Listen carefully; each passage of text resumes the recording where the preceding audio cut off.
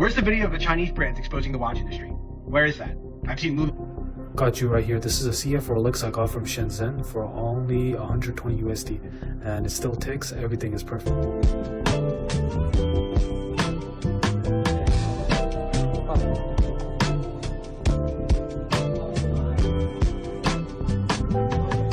There are now claims that Rolex, the luxury Swiss watch brand, has been making parts and sometimes whole watches in China. Yeah, the same Rolex people spend $10,000, $20,000, even more on. In this video, I'm showing you the real clips, footage from inside factories, insiders speaking out, a watch expert who says he got fired for telling the truth, and a veteran dealer explaining how you can just buy a Rolex clone because it's the same product. I am showing everything. Let's get into it. 做成了基本程序。你这是哪个程序？车窗上哪个程序和表的？哦，表壳。直接从你这个程序咯。For years, Rolex was more than a watch. People believed they were buying Swiss craftsmanship passed down through generations, sold millions of watches, and built a global empire. But that image is now falling apart.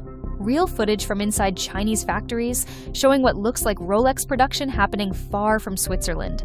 Workers filming rows of watches, parts being assembled in bulk.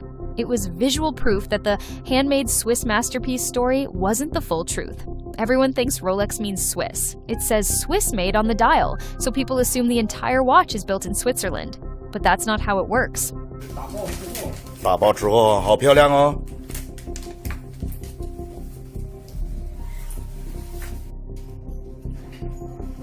半成品的表带。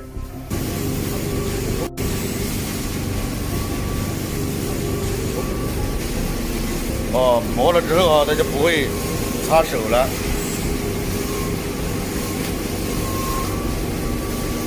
Places like Shenzhen are producing cases, dials, movements, entire watch components at massive scale.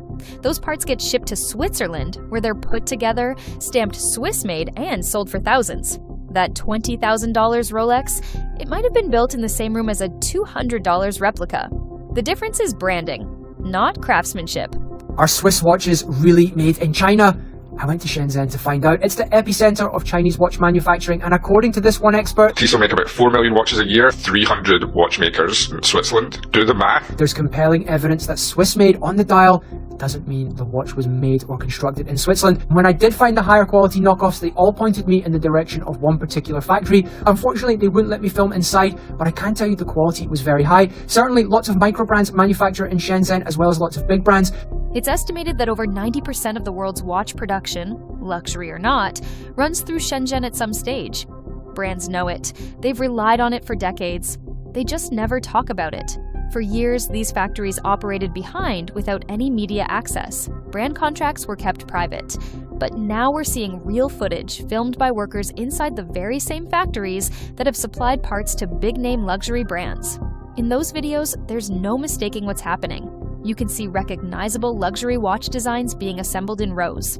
As soon as you see this video, please don't spend a lot of money on a watch. I am a watch factory from China. Because I can no longer bear that you spend tens of thousands or even hundreds of thousands of dollars to buy watches, I take the risk of offending all brands to tell you one thing. In fact, watches do not need to be that expensive. I can let you get a big brand watch with 1% of the original price. In a few leaked walkthroughs, factory workers talk openly about the production scale.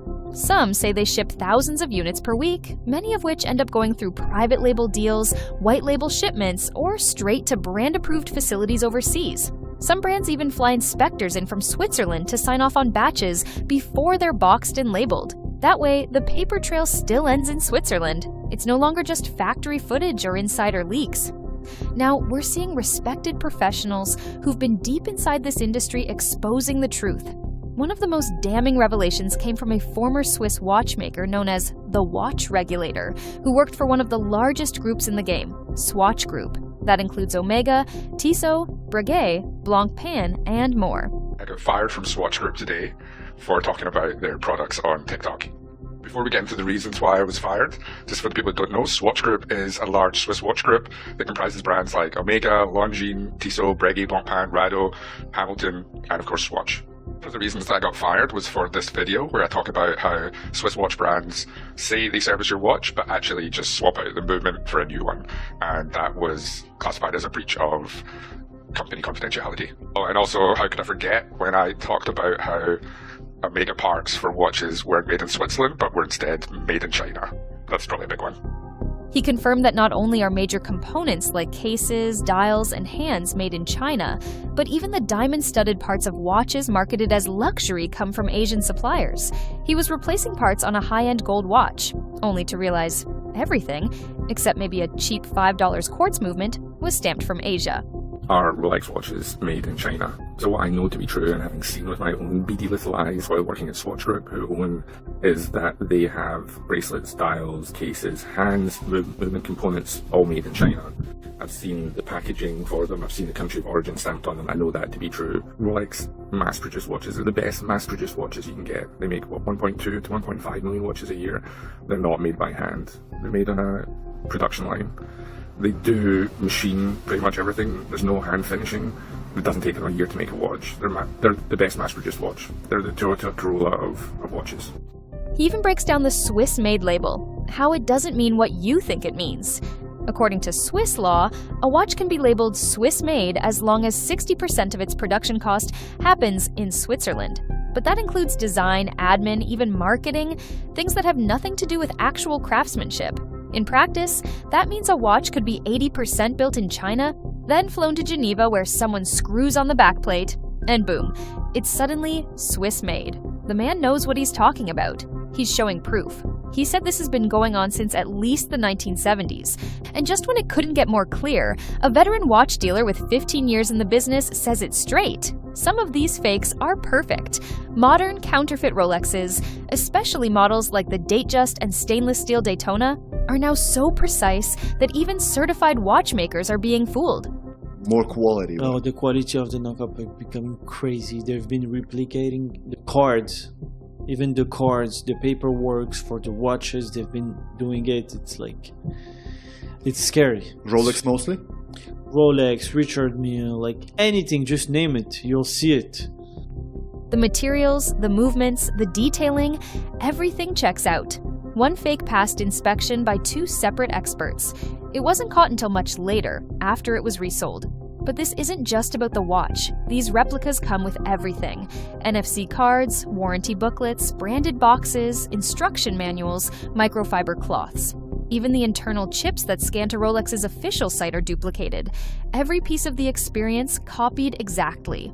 And the reason the clones are so accurate to the real Rolexes is because the people making these fakes are the same ones producing components for the real thing. Same factories, same tooling, same workers.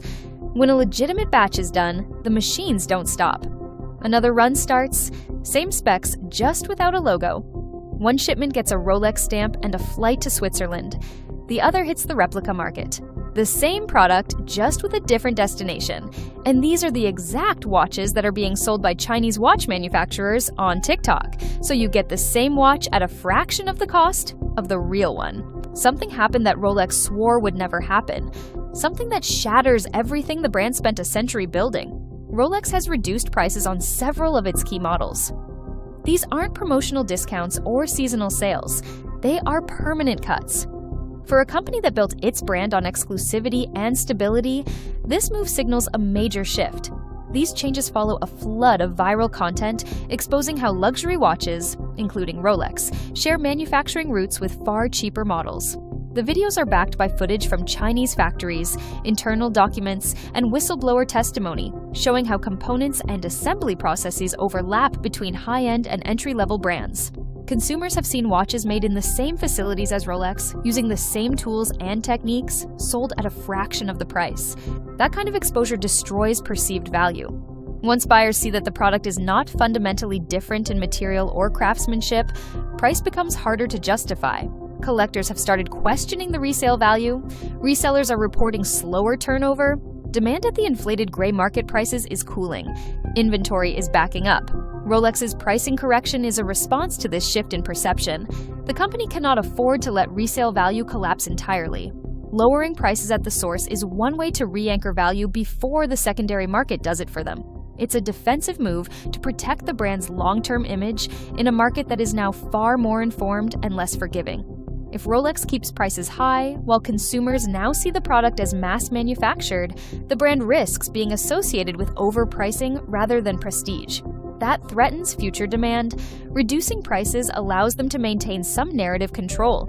For years, luxury brands have relied on the fact that consumers never saw how the product was made. Marketing created distance, packaging created mystique, Swiss-made created comfort. But the internet closed that distance in an instant. Now anyone can see what used to be hidden behind trade secrecy and brand mythology. The exposure of shared supply chains, overlapping production lines, and Chinese manufacturing involvement has destabilized the credibility of the entire sector. Brands that built their reputations on Swiss identity, on hand-assembled movements and artisanal detail, are now implicated in practices that mirror mass production. When consumers see the same hands, machines, and factories producing both a $200 knockoff and a $15,000 timepiece, the illusion of exclusivity disappears. Collectors are reacting first. Many have already begun offloading pieces before resale values drop further. Watches once seen as investments are now viewed as liabilities. Resellers are watching margins shrink, gray market prices are dropping, some dealers are sitting on inventory that just months ago would have been snapped up within hours. The shift is happening quickly, and no brand is immune. This isn't limited to Rolex. The same facilities in Shenzhen supply parts or finished watches to multiple luxury labels, brands that continue to market themselves as pure Swiss operations. Those companies are now in silent mode, delaying launches, scaling back marketing, and trying to distance themselves from the public conversation. But silence doesn't create trust. And with factory footage, supplier documents, and first-hand testimony spreading daily, the damage is already done. The market will not go back to the way it was. That era is over. What comes next is something entirely different.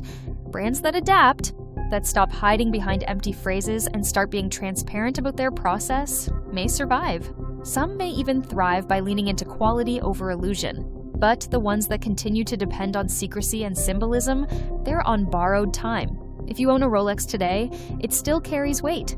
The name still sparks recognition, but this could be the last generation where that's true. Because once a luxury brand is revealed to be mass-produced, the meaning behind the brand doesn't fade. It vanishes. Thanks for watching.